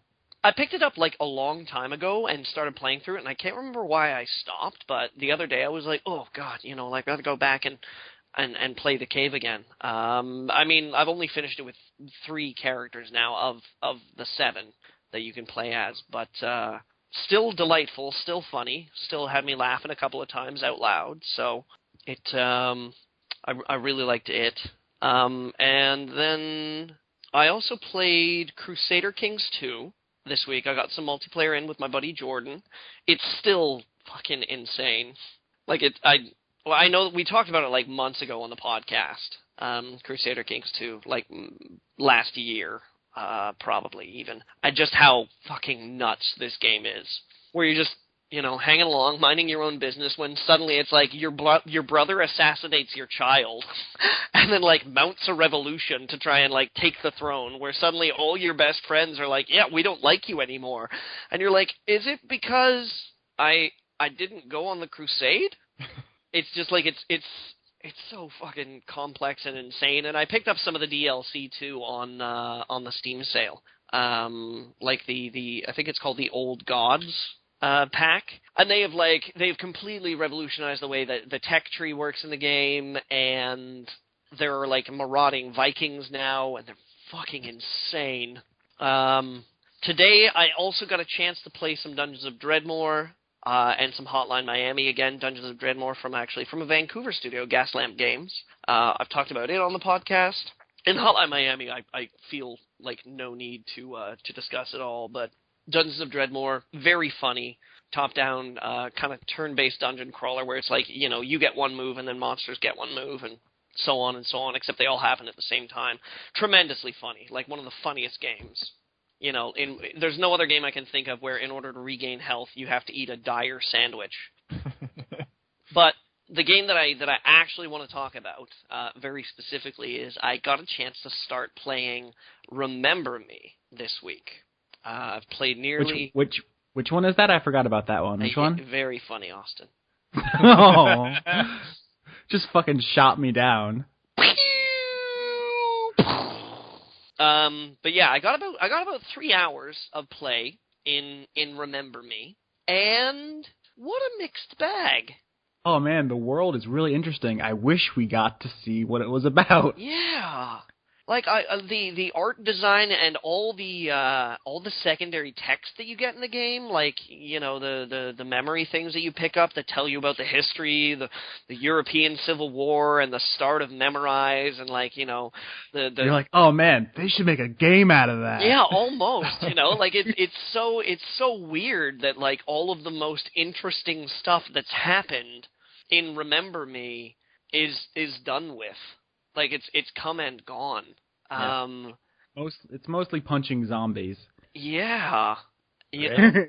And I kind of like the ideas of the combo stuff, the pressings, and like being able to make your own combos and things like that. Like that was a really neat idea.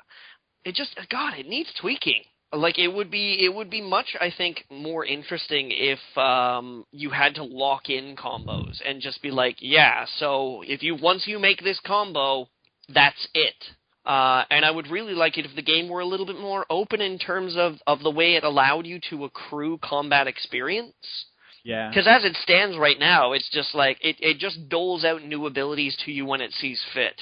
Mm-hmm. Since it's entirely linear, there's no way that you can unlock anything before certain points in the story, so you can never really play around with any more options than it sees fit to give you at any certain point. And that seems so counterintuitive because it's obviously trying to play with a number of things. Like it's eschewing the way that most of your regular platformer kind of like, punch, punch, punch, kick, punch, punch, punch, congratulations, you just did a combo games go. Like, it's obviously trying to play around with that shit, but it hasn't committed to it. It's like it's afraid of actually distinguishing itself from other games that use this format.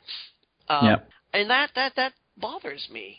I said in my review that it's like a really interesting start, but the sequel is going to be the thing that we actually remember, presuming they make one, because there's a lot of potential there. Yeah. It just seems like it's a kind of a tech demo / proof of concept thing.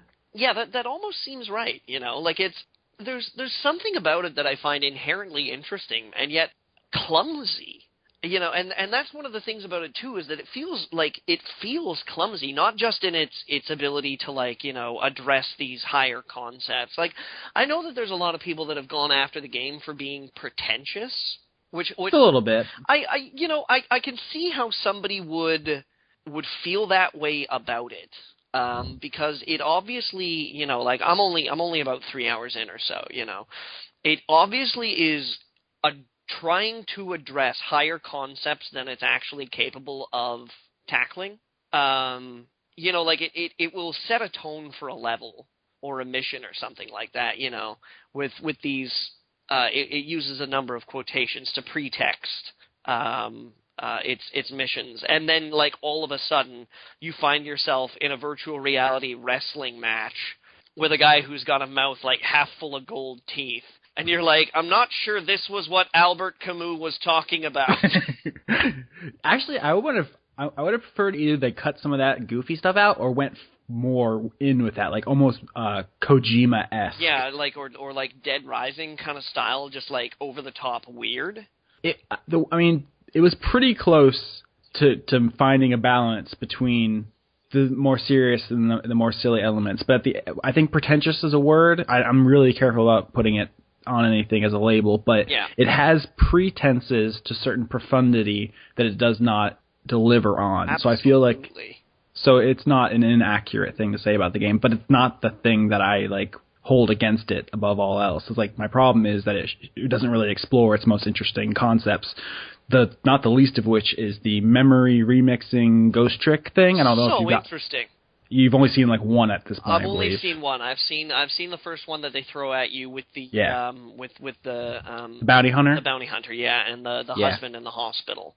Where they could have built a whole game around that, and it happens 5 times. Yeah.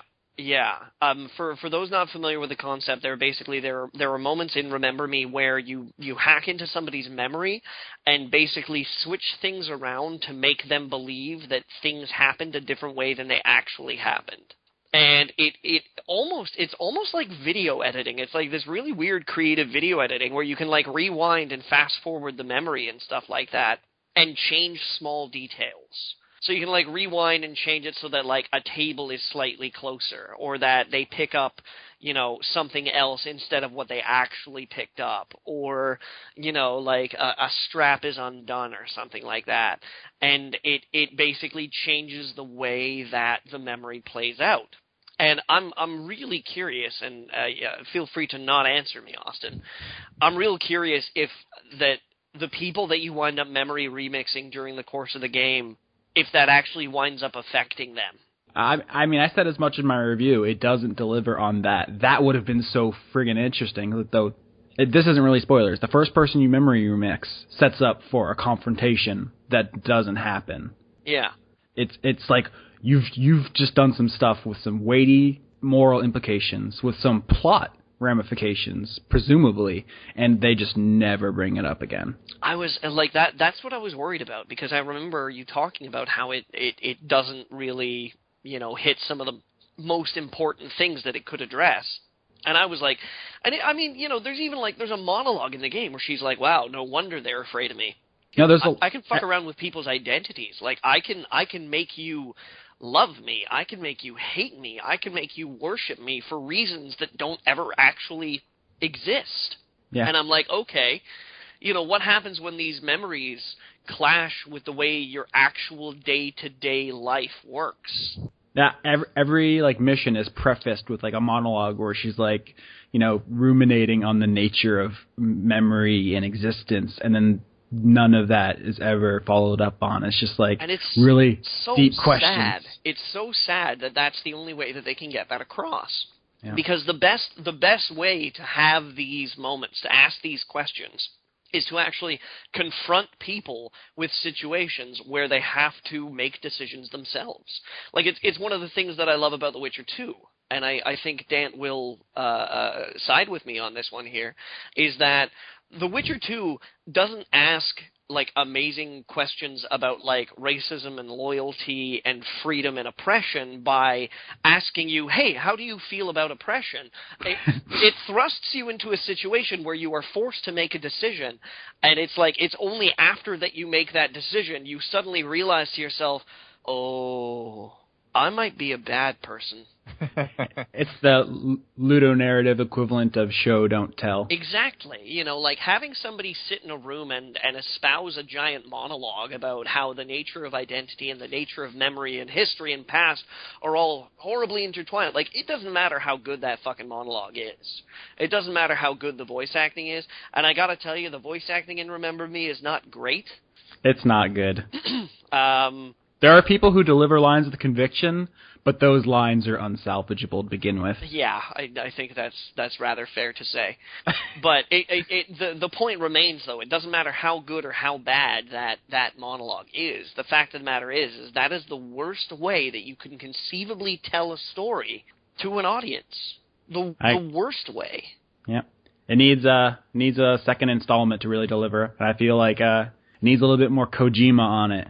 Got to go a little bit crazier. Got to go a little bit meta on the whole thing. It can't just be an action game. It can't be a beat 'em up. It could go the other way, as far as I'm concerned too. Like, if you manage to hold on to your characters and then have things like come back and bite you in the face and actually address some of the questions that you're asking instead of just pretending to be deep and intelligent by asking these questions.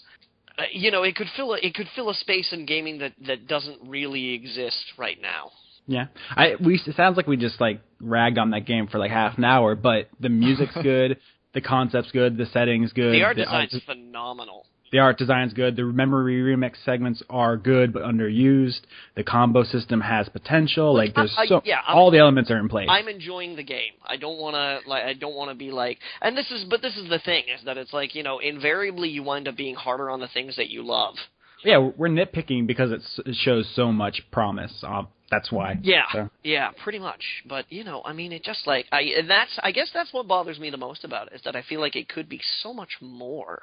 And if Capcom is interested in following up, in taking another one, or exploring the universe a little bit more, I'll be first on the bandwagon, because there's a lot of possibility here. Well, now I want to play this game. You should be able to find it in a bargain bin sooner rather than later. Yeah, it's probably not going to be long before it goes on sale on Steam for pretty cheap. I think, though, I'm pretty sure that's all I really played this week. So Monaco, fucking awesome. Get it. Monaco is tons and tons of fun. Like, you don't even know. It's hilariously good. And also, check out the soundtrack as well. Yep. I believe, was that Robert reviewed that? I think he gave it an 8 out of 10. So he got the BT seal of approval all around, more or less. It's a well-designed title. Very creative, very interesting. So it's definitely at the top of the list my week. And pay attention to fucking Call of Juarez Gunslinger, everybody, because this is going to be the last week I talk about it for a while. I've been meaning to buy that, honestly. It kind of slipped my mind. Like the way it tells the story, it looks so interesting to me. It does just about everything it does well. I mean, you can still tell that it's like a budget shooter title, but oh god, it's so much fun. Like, it doesn't pretend to be realistic. It doesn't pretend to be like, let's do a real gritty Old West reboot. It's kind of ridiculous. Like, it's kind of like almost Old West fairy tales, the first-person shooter. Where you just so happen to meet, like, so many of these, like, legends of the West and stuff like that, and it speaks to the character of the protagonist, and just, like, it's such a laugh. But if I had to make a pick of the week, it would absolutely be Monaco. I think that might be the end of the podcast, guys. Gasp. We're not very graceful on the outro. Usually we just come to a point where we're like, you can go away now. Yeah, it's just grinds to a halt. Should I pick a game of the week? Is that it? Yeah, pick a game of the week. Cloudberry Kingdom. Go buy it. Or else. Can I pick a game of the week? Yeah. No. I'm going to need someone to make a ruling. Is it yes or no? Yay. Fire Emblem Awakening. Fire Emblem Awakening. I knew I should have fucking said no. Fire Emblem! Austin, you have a problem.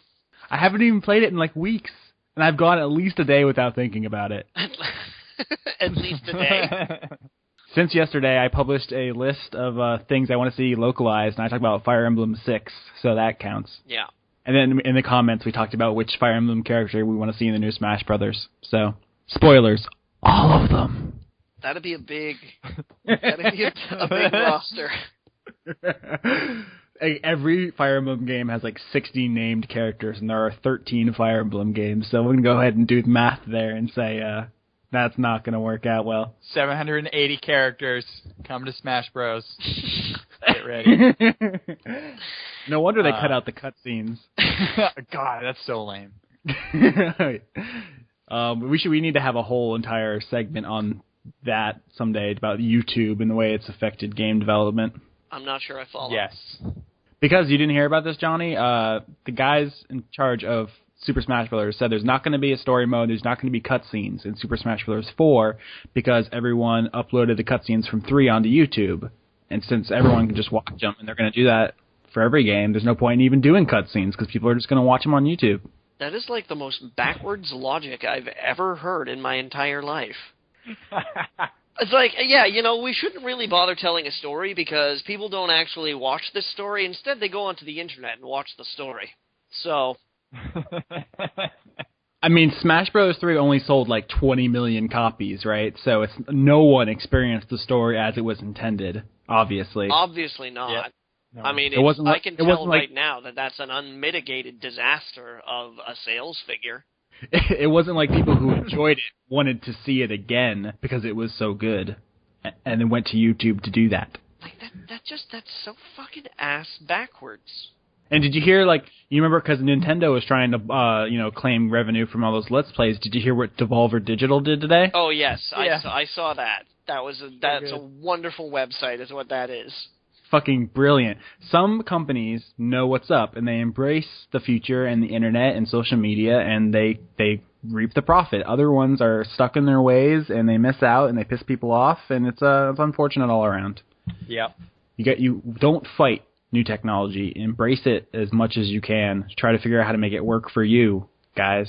Yeah. It always fucks you over when you try to fight where things are going, honestly. Yeah. You don't have to necessarily just lay back and accept it. Try to use its momentum and channel it. Yeah, you got to find a way to make it work for you.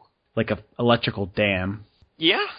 I was thinking more like a bunch of orphans that you have pickpocket people. That's a good idea. Well, it always comes back to slavery on this podcast. No, they get a cut.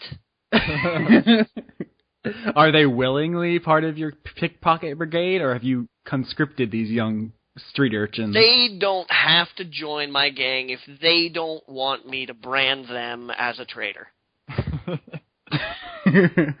Well, that sounds fair. Physically, like with a hot iron. Just so that if I have any business associates, they're like, oh, no, sorry, can't hire you. You got the mark of Johnny on you. Can you send me a JPEG of the mark of Johnny? I'm thinking about getting a tattoo. You were the second person to ask me about that today. about the mark of Johnny? Let's say yes.